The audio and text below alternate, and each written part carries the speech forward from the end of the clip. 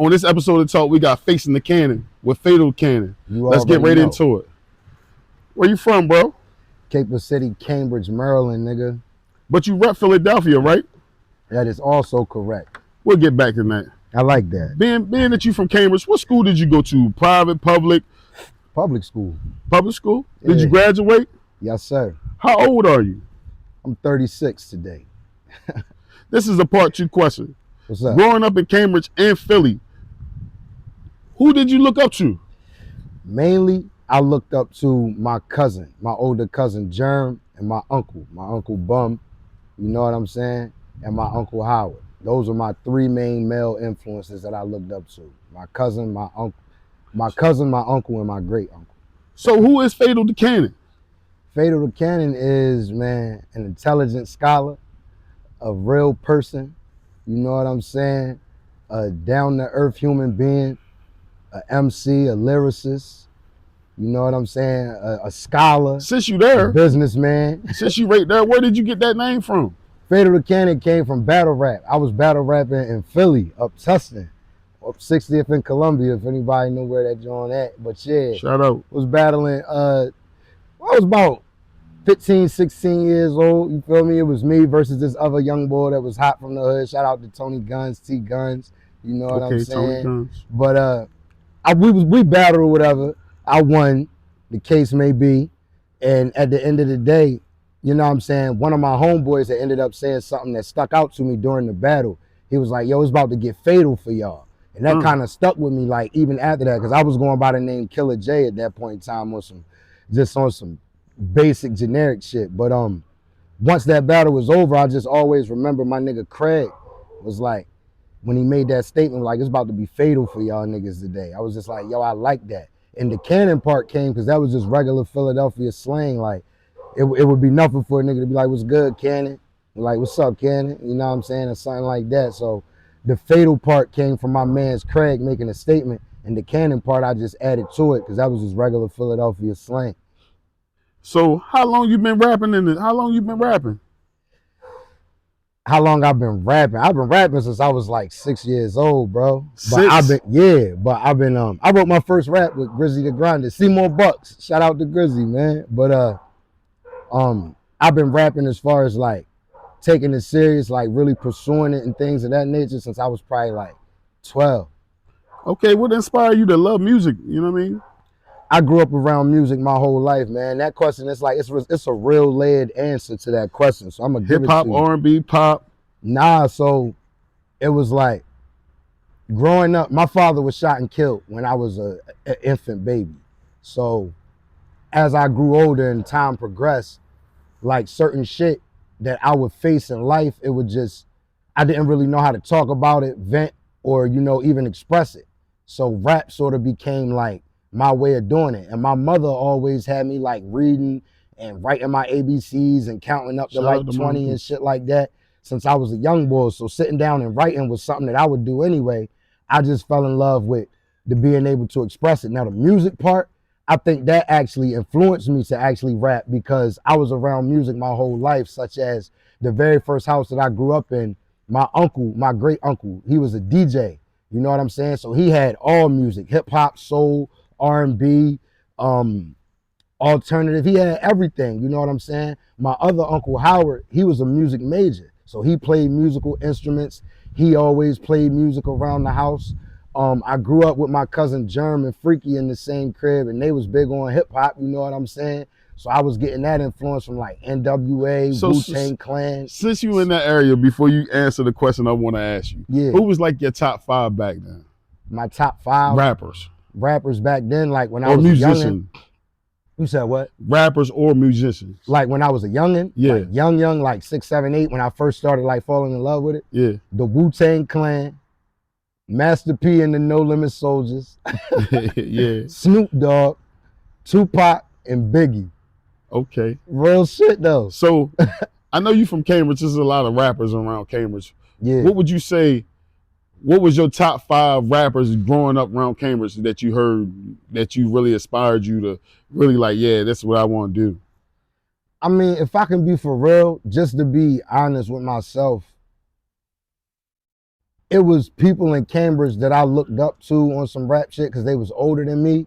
But I can't really say they inspired me because by then I was already rapping. I was already convinced, like, yo, I'm rapping. Okay. I'm gonna be a rapper. So you But didn't have a top 5? I'm not gonna say I had a top 5. I'm gonna tell you the niggas that when I was young and I first started taking it serious, that's from Cambridge, I was like, oh, all right.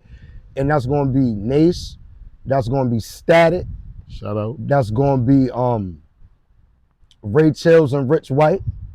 And not even on no rap shit, it was also Ill Kid, because he was the first person that made me feel like, yo, I gotta get on one of his mixtapes. You know what I'm saying? He was flooding the streets with mixtapes. You heard, there's no way you was from Cambridge or rode through Cambridge and you ain't hear that shit. So it was like, I know I gotta get on that joint. You know what I'm saying? So I say them. Okay, so who started the journey with you? Seymour Bucks. Seymour Bucks? Yeah. And that's a special relationship, you and him, because he talked about it in the last episode. Yeah, that's a real special, that's a special relationship for sure. I would agree. And what moment will you remember you rapping that made you be like, fuck it, yeah, this is what I want to do. This the end of it. It was a moment when it was just like, I was probably around like the age of like 10 or 11, because I would always write raps in class and all that, you know what I'm saying? It was the moment when I first realized, like, when you seen somebody's eye and they open. Things that was on my heart and in my mind, when I could write it on that paper and make it rhyme, just for the sport of it and because I love it, and then I would recite it back and I realized, like, damn, that just made me feel good. Even if nobody else heard this shit, I was able to vent how I feel, you know what I'm saying, without any motherfucking judgment or without any motherfucking feedback, or whether it was good or bad. It became a part of who I am for real, for real. It became a part of how I dealt with not having a father because he was shot and killed, growing up in the hood, being raised in a single parent home with my mother. You know what I'm saying? Just a lot of things, bro. It became my like outlet. And that's when I knew it wasn't a moment where it was like I spit a freestyle for niggas on the block or something and everybody went crazy, or a battle that happened that I might have won and everybody was like, yo, you nice.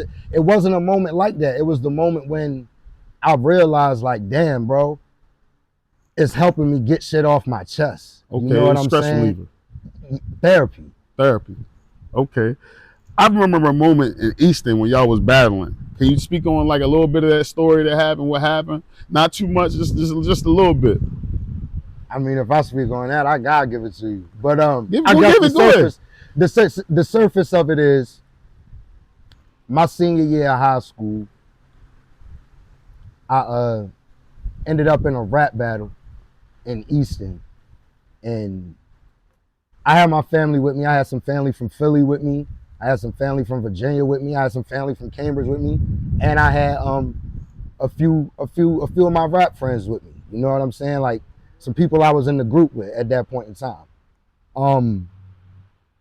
We battled.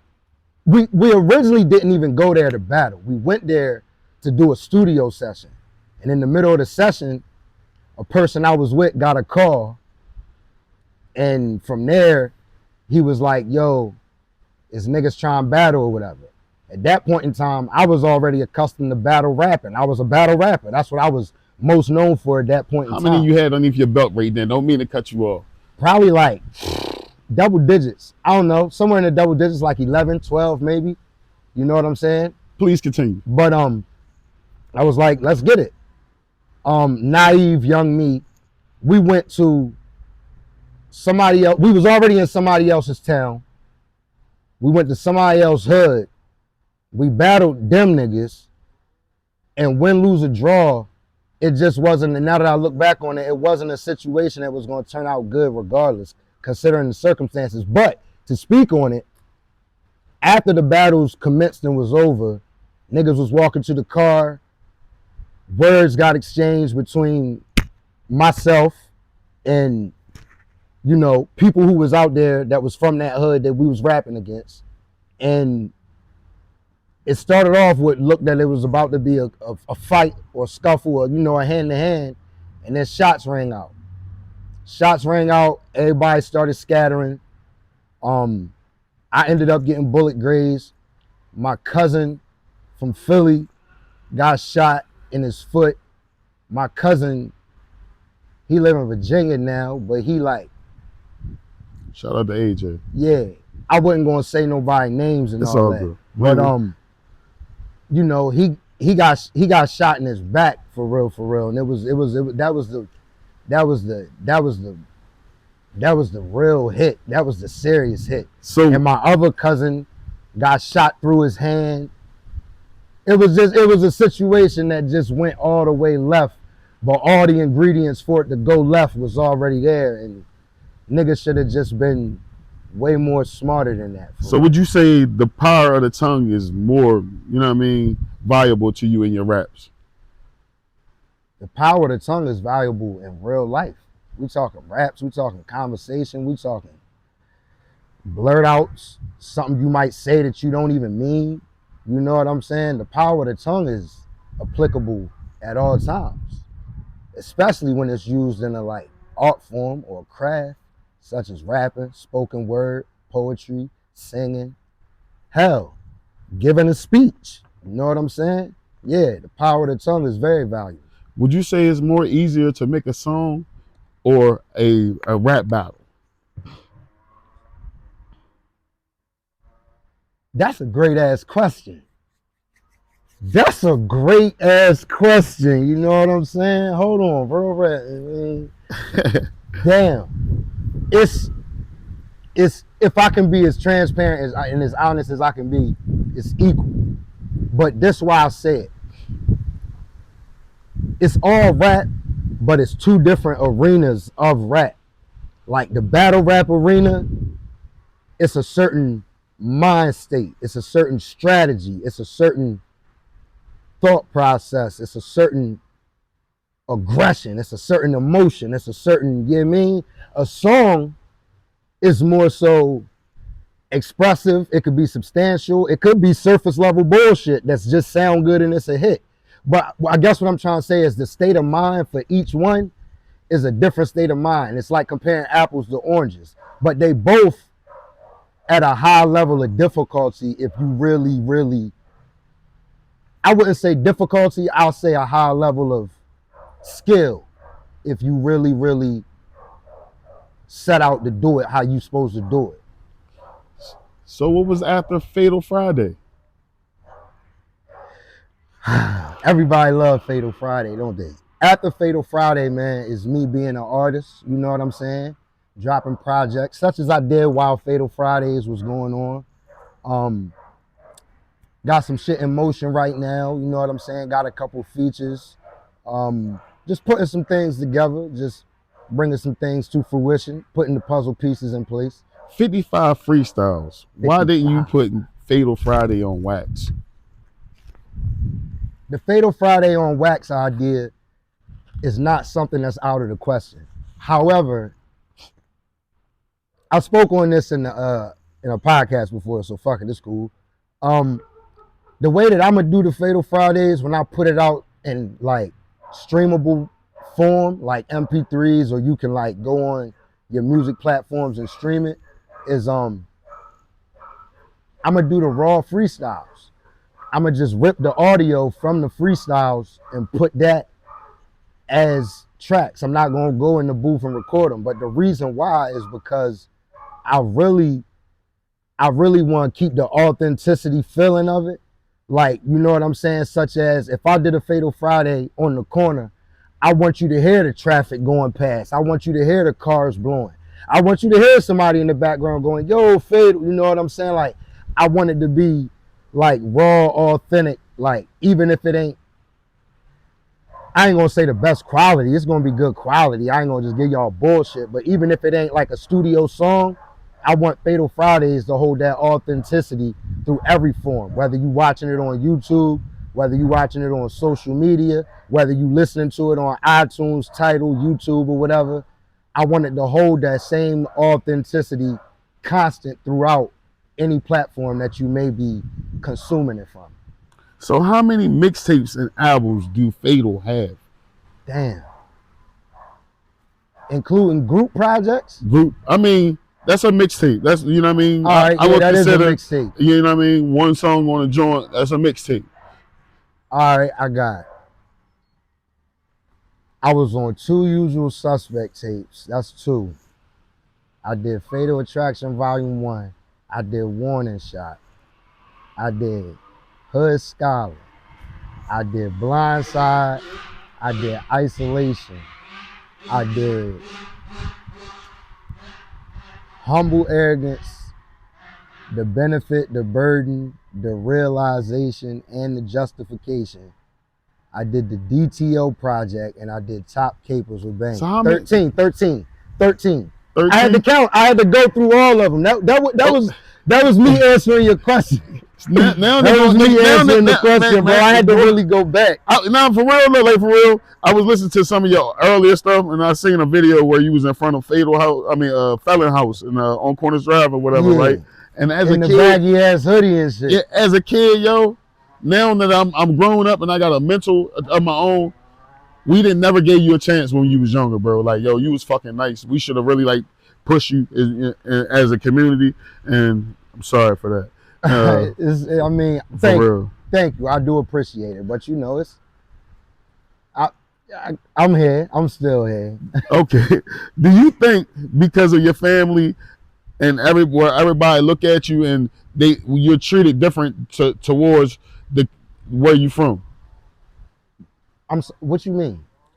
Being that you Miss Wendy's son. I think that played a factor in a lot of things. You know, I see what you're saying now, but if I can be honest, I think it played a factor in a lot of things on different fronts. Because on one front, you got, this Miss Bowen's son. You know, the school teacher's son, the smart kid, get all good grades, stay out of trouble for the most part, and, you know, straight cut.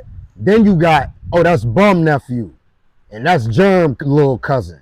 And that, you feel me, that's where it's like, that little nigga, he know a little bit about what's going on, and he's smart, and I would say it played a factor on a lot of fronts, good and bad. So your mom is a big part of your support team. Believe that. In your song testimony, you said, I was born a son of a father that was soon to be deceased, a son of a mother at peace. Now I'm at war with myself. There's a lot of songs that I done heard that you at war with yourself and you fight yourself. Have you found yourself? I mean, yeah, I found myself a while ago, but that don't mean I don't still fight, you know what I'm saying, internally. Sometimes the fact that I found myself it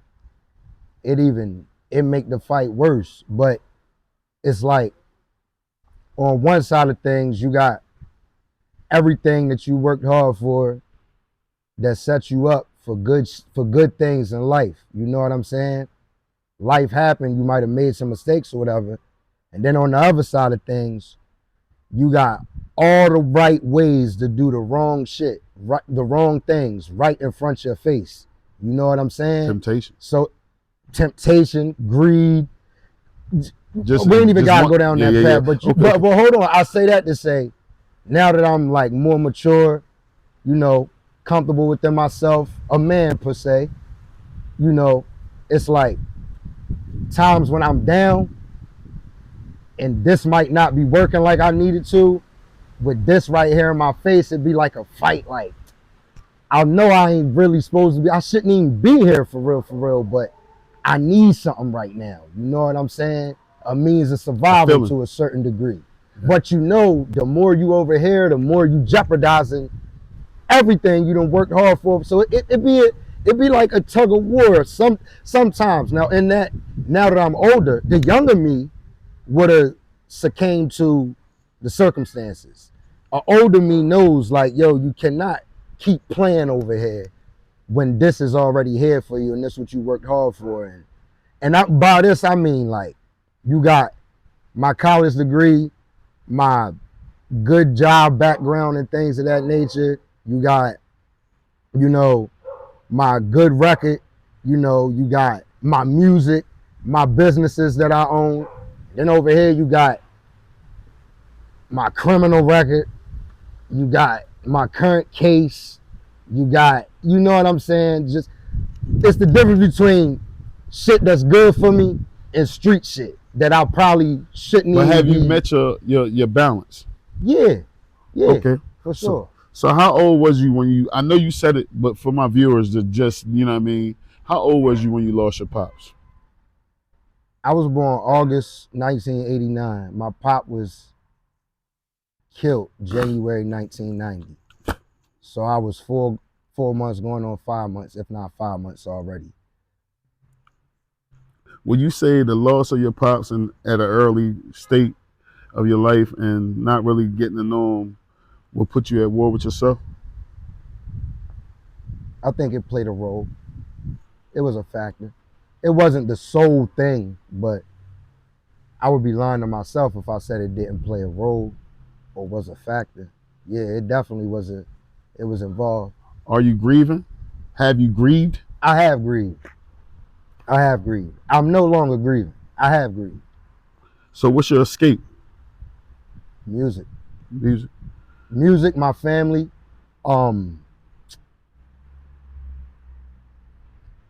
Having a sense of stability in life, working towards that, you know what I'm saying? That'd be my escape. You said music been your therapy. So, elaborate for us. I mean, is like it the making music, was, listening to music? Is it the feeling of music? Is it just the putting it on something and hearing it back? What is it? All of it, bro. It's like I said, bro. Growing up without a pop in the environments that I grew up in, it's like I was faced with a lot of challenges and shit.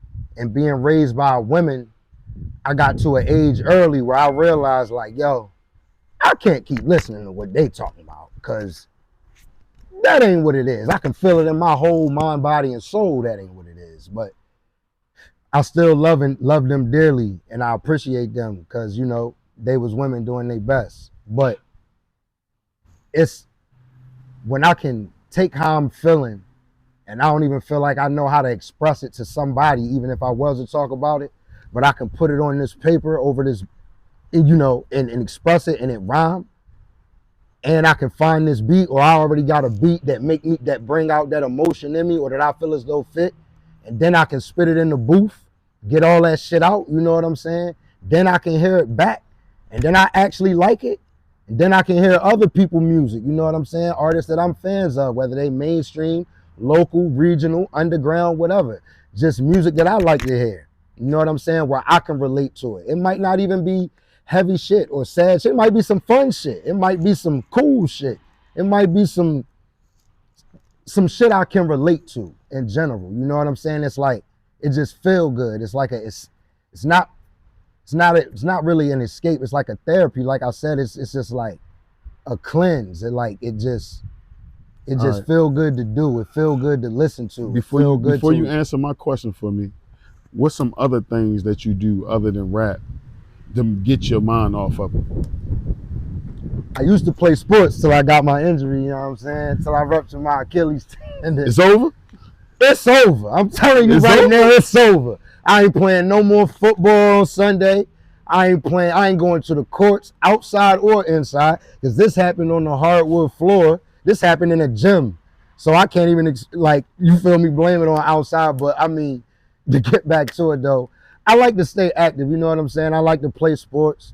I like to be outside if it's a sunny day and it feel good, even if it's just sitting on the porch catching a breeze or whatever. You know, I like to travel. I like to, I don't know, bro. I like to live life, man. You know what I'm saying? I like to rest. Don't get me wrong.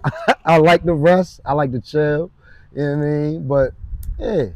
If you can go back to the 15 you, what's something you would change? One thing you would change at the 15 you, the knowing that what you are and what you could have aggressively been if you were pushed forward. It's not even nothing I would change. It's something I would have told myself. I would have told 15-year-old me, do not second guess yourself. You are good enough. You are great enough. You definitely that nigga. Don't let nobody talk you off your motherfucking path. Don't let no circumstance, hardship, downfall, nothing break you of what you know and what you feel in your mind, body, heart, soul, and spirit. You built for this shit. You made for this shit. You can do this shit. Go do this shit. That's what I would tell 15-year-old me. Any regrets? That's hard to answer. Because when I think of regrets, I think of shit that I would have done differently. And I got a lot of things that I would have done differently. So yes. But I don't want to say I live with regrets, because those things that I didn't do differently is what gave me the knowledge that I know now. You know what I'm saying? So it's like, I can't regret what happened, especially if I can look myself in the mirror today, which I can, and be satisfied and not satisfied like I don't want nothing else. I'm gonna still push forward, but can look at myself in my eyes in the mirror and be like, I'm proud of you. Keep going. Then I can't say I got a regret, because now from anything that happened, it gave me the knowledge or the strength or the perseverance or the conditioning, or, you know, it molded who I am today. And I don't regret the person that I am today. Where do you see Fatal in 5 years from now? Stable.